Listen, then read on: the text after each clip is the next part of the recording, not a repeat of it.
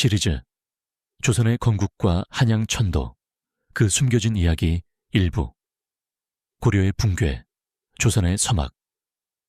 조선의 건국은 하루아침에 이루어진 일이 아니었다. 14세기 말, 고려는 이미 내부적으로 무너지고 있었다. 문벌귀족의 전횡, 외구의 침입, 무능한 왕실, 그리고 피폐해진 민생.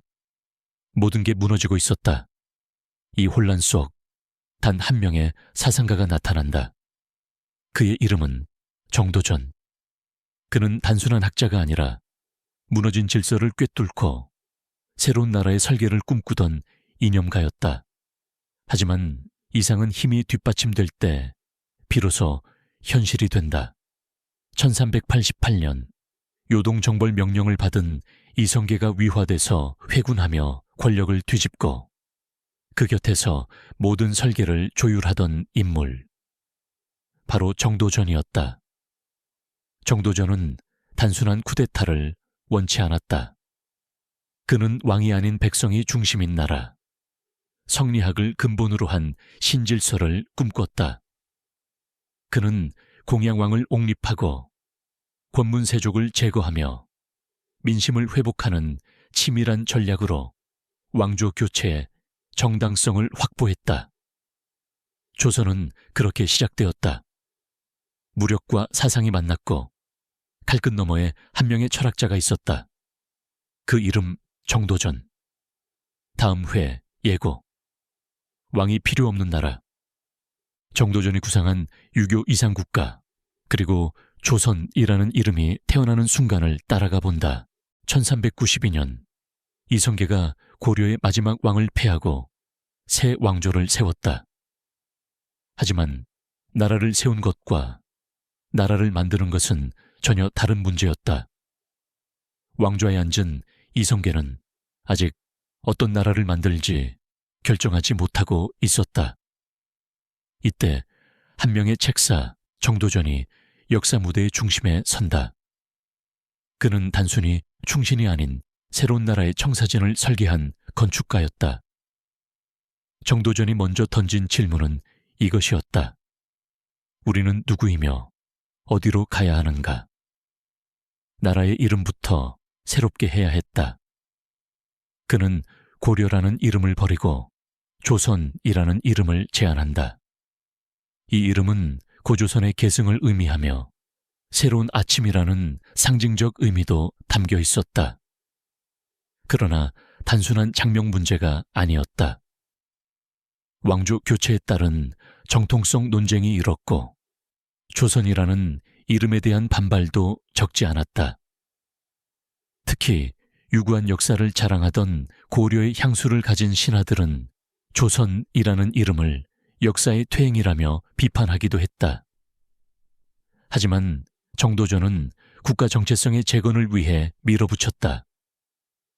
새 시대엔 새 이름이 필요했고 새 철학이 있어야 했다. 그 철학의 핵심은 바로 성리학이었다. 정도전은 불교가 지배하던 고려의 폐단을 지적하며 새 왕조의 중심 사상으로 성리학을 세우고자 했다. 그는 성리학에 기초한 정치 철학, 행정제도, 교육체계를 설계했다. 그의 국가 모델은 단순한 군주정이 아니라 왕도 정치와 법치가 조화를 이루는 유교 이상국가였다. 의정부, 삼사, 사헌부와 같은 관료 조직이 이때 태동했고 향후 경국대전의 초석이 될 정책 구상도 이때부터 시작됐다. 또한 그는 민생을 국가의 중심에 놓았다. 백성은 나라의 뿌리요, 군주는 그 가지일 뿐이다. 이 말은 단지 이상이 아닌 조선의 행정 철학이 되어갔다. 그러나 이상에는 항상 현실의 벽이 따랐다. 왕권 강화를 중시하던 이방원과의 갈등은 점차 커져갔고 정도전이 그리는 유교 국가의 이상은 정치적 긴장감 속에서 위태롭게 흔들리기 시작했다. 조선이 왕조를 연 지 얼마 되지 않아 수도 이전이라는 엄청난 결단이 내려진다. 기존 수도 개경은 고려의 중심지였고 수백 년간 정권의 심장이었다. 그런데도 개경을 버리고 새로운 땅, 한양으로 천도한다는 결정은 단순한 지리적 이동이 아니었다. 이는 조선이라는 새 왕조가 고려와는 완전히 다르다는 정치적 메시지를 던지는 선언이었다. 그 중심에는 다시 정도전이 있었다.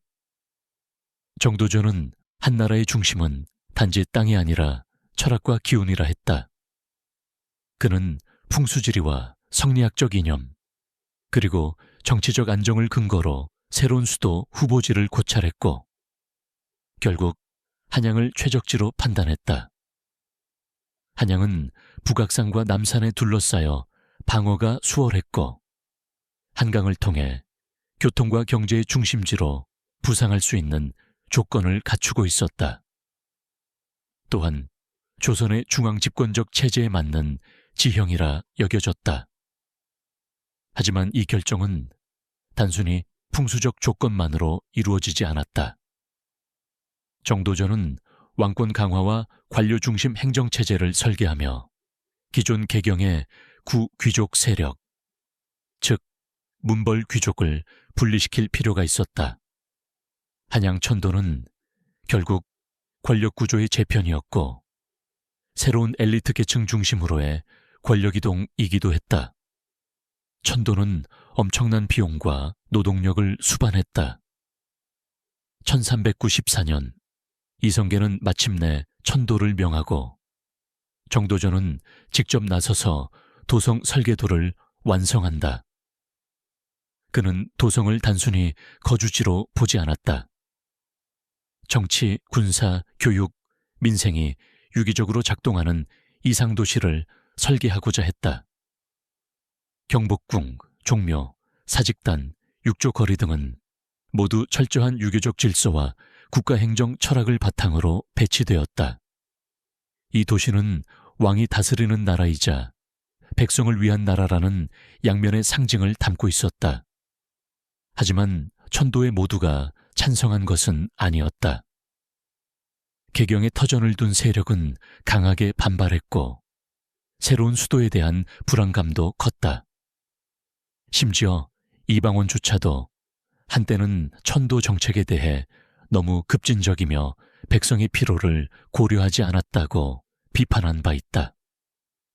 천도는 결국 정치와 철학, 현실과 이상이 충돌한 거대한 실험이었다. 정도전은 말한다. 도성은 돌로 수도에, 민심은 덕으로 세워야 한다. 이 철학이 조선의 수도 한양을 만들었고 오늘날 서울이라는 이름으로 이어지게 된 시작이었다. 그러나 역사는 이 상대로 흘러가지 않는다.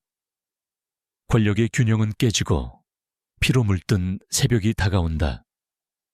이방원, 그 이름이 역사의 칼날이 된다. 1392년 조선이 막 건국되던 그 시기.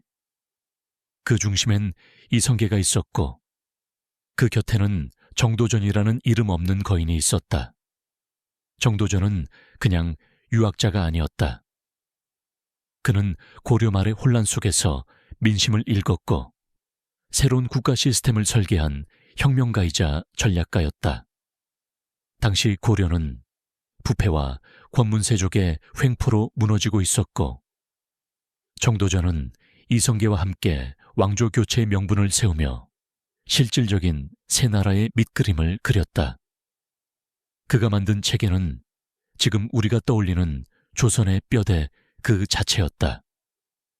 종묘와 사직, 유교 정치, 과거제 중심의 관리 등용, 경국대전 초안, 지방행정 개편, 수도를 한양으로 옮기는 결정까지 모두 정도전의 손에서 나왔다. 이성계는 그를 전적으로 믿었다. 정도전이 만든 설계도는 곧 조선의 방향이자 정체성이었다. 하지만 강한 빛에는 반드시 그림자가 따라붙는 법이다. 왕이 된 이성계의 뒤를 이을 왕자들, 그중 둘째 이방원은 달랐다. 그는 아버지의 조선을 물려받을 준비가 되어 있었다. 하지만 정도전은 임금이 아닌 관료가 중심이 되는 나라를 꿈꿨고, 이방원은 그것이 곧 자신의 존재를 부정하는 것임을 직감했다. 둘은 겉으론 싸우지 않았지만 속으론 서로를 경계했다. 칼날은 갈리고 있었고 그 갈등은 조선을 다시 전쟁의 길로 끌고 간다. 마침내 칼이 뽑힌다. 이방원의 칼끝이 향한 곳은 조선을 설계한 그 남자 정도전이었다. 정도전의 시대는 그야말로 절정이었다. 그가 설계한 조선은 하루가 다르게 자리를 잡아갔고 이성계는 그를 전적으로 믿고 따랐다. 하지만 그 절정의 끝에는 이미 균열이 시작되고 있었다.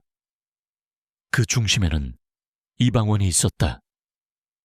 둘째 왕자였던 그는 아버지와 함께 나라를 세운 공신이었고 그 누구보다 이 변화의 순간을 지켜본 인물이었다.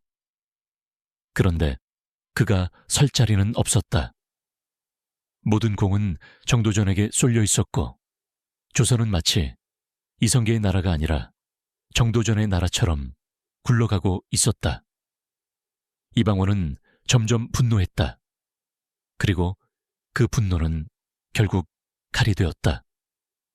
첫 번째로 쓰러진 건 정몽주였다. 고려를 지키려 했던 마지막 충신.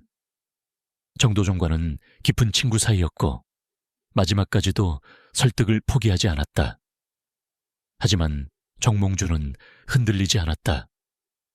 이 몸이 죽고 죽어 100번 고쳐 죽어 백골이 진토되어 넋이라도 있고 없고 님 향한 일편단심이야 가실 줄이 있으랴. 그 신은 그가 선택한 길이었고 그 길의 끝은 선주교였다. 이방원은 하여가로 응수했다. 이런들 어떠하리 저런들 어떠하리. 만수산 드렁칠기 얼거진들 그 어떠하리.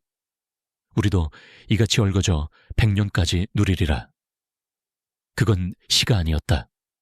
살생부였다. 정몽주는 선주교에서 죽었다. 이방원의 칼은 이미 빼들어진 상태였다. 그리고 다음은 정도전이었다.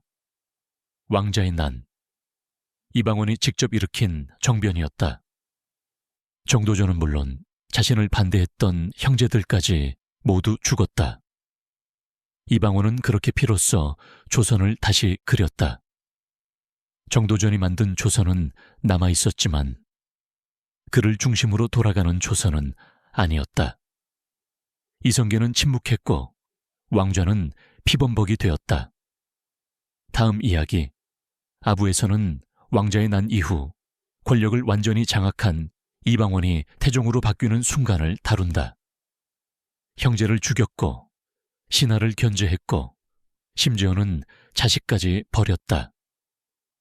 그는 조선을 위해서가 아니라 자신의 조선을 만들기 위해 모든 것을 걸었다. 2부에서는 그 피비린내 나는 왕좌의 그림자를 마주하게 될 것이다.